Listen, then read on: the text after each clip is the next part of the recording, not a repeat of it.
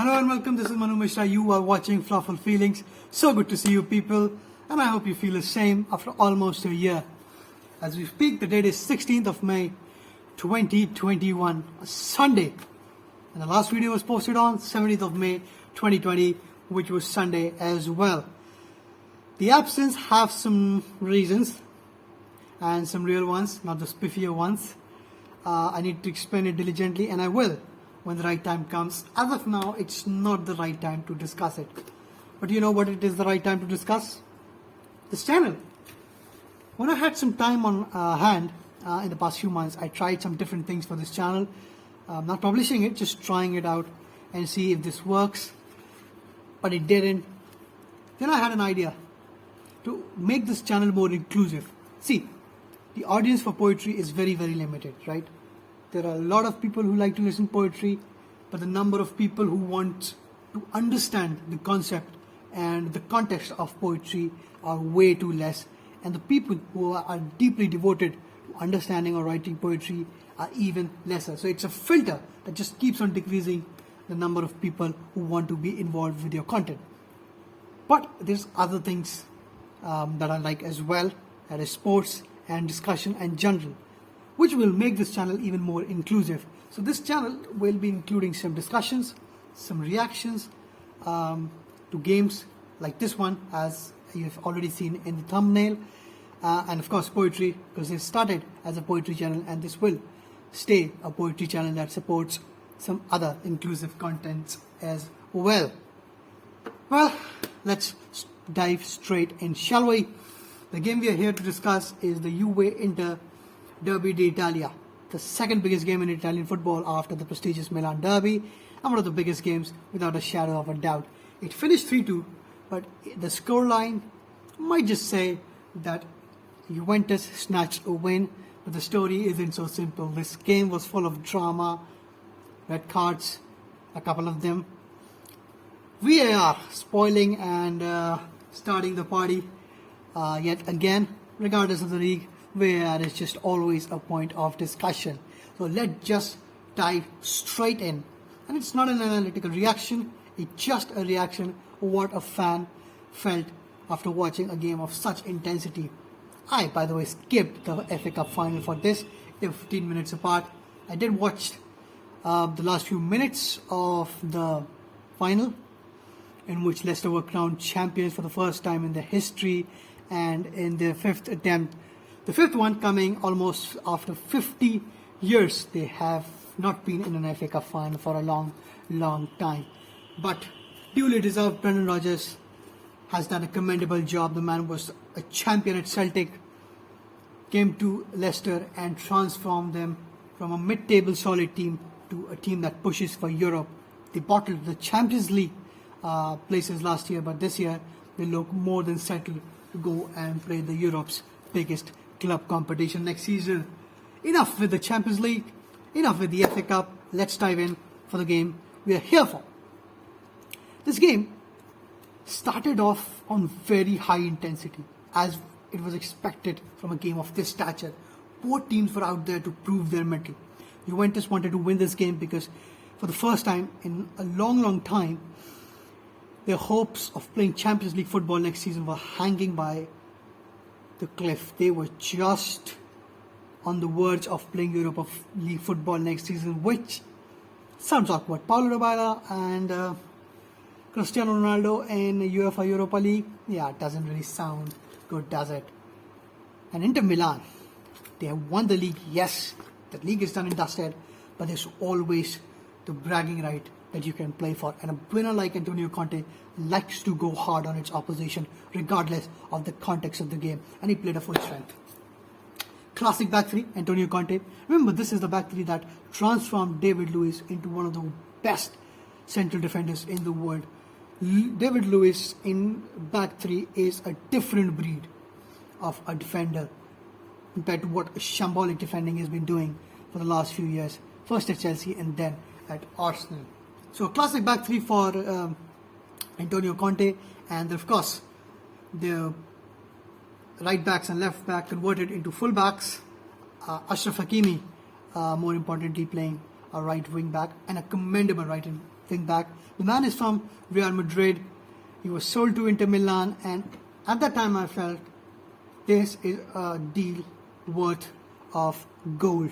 Inter Milan has struck a 22-year, flashy, defensively very, very consolidated right back. You don't get that much better, do you? He plays for Morocco, and he's sensational for both club and country. The five-man midfield Antonio Conte settled was a very solid midfield in which Brozovic, very difficult names to pronounce, Brozovic was playing as the fulcrum, the central defensive midfielder who goes under the radar in discussions and analysis. What did I just say? Analysis. He goes under the radar, not really appreciated, but does the job like any other star player.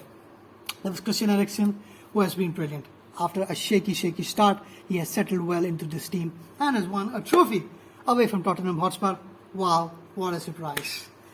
The game hit its first taste of spice in the 23rd minute, the 22nd or 23rd minute, I don't remember clearly. I remember the goal was in the 23rd minute when there was a penalty conceded by Inter Milan in Juventus penalty box.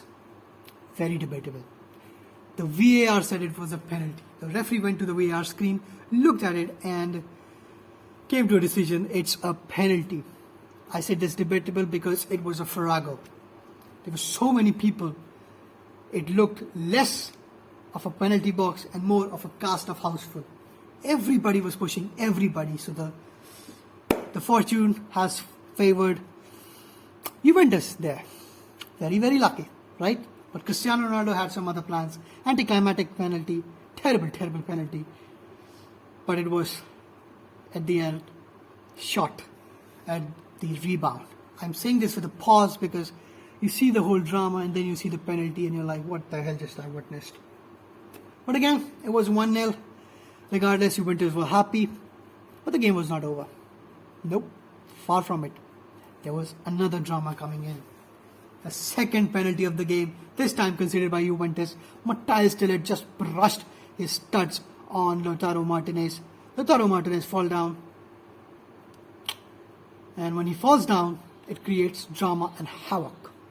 Absolute havoc in Juventus as the referee points to a penalty. Romelu Lukaku steps up, nets it, boom. 1-1. Is the half over yet? No, it's not. The 45 plus third minute, the third extra minute of the extra time.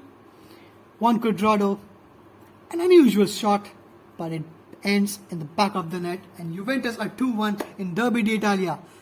At the break, sigh of relief for Andrea Pirlo, who played a 4-4-2, a classic Juventus formation. Comes the second half, intensity does not drop. And then comes the dramatic moment in the 55th minute. What happens? A foul is committed on Inter Milan. But that's not the story. The story is the foul was a light foul. The free kick was awarded as it should have been. But what really followed was absolutely appalling for any set of fan. If you're not an Inter fan again, they wanted everybody out of the stadium apart from their players. Rodrigo from Juventus was shown his marching orders. Juventus are down to 10 men. There is still 35 minutes of football on the official clock yet to be played, remember, in a game as important as Derby d'Italia. Nothing happens for the next 15 minutes, so specific. Until then, Andrea Pirlo, the magician, but a clueless manager, decides to sub off Cristiano Ronaldo and bring Alvaro Morata on. Won't really explain it. Let's move forward. The game is here to stay. And that's exactly what happens in the 83rd minute. Chiellini concedes an own goal in the 83rd minute. An own goal that just drove Juventus bonkers. Bonkers means mad in, I think British people use this. I love this word, so here it is. The Juventus people go absolutely baffled. They're like, what the hell just happened? But the goal stood. 2-2. We are moving in the climax of the game, and comes the 88th minute. These two next minutes are going to be full of drama. On the edge of the penalty box, or just close to the penalty box inside, there is a foul committed. Cuadrado falls down. Cuadrado falls and it makes Inter Milan go bonkers this time because it's a penalty. Brozovic just had a game that he wants to forget. He concedes a penalty. Cuadrado steps up. Boom! In the back of the net. 3-2 Juventus. Remember, it's the 88th minute. Is the drama over yet? No, it's not. Brozovic commits another foul.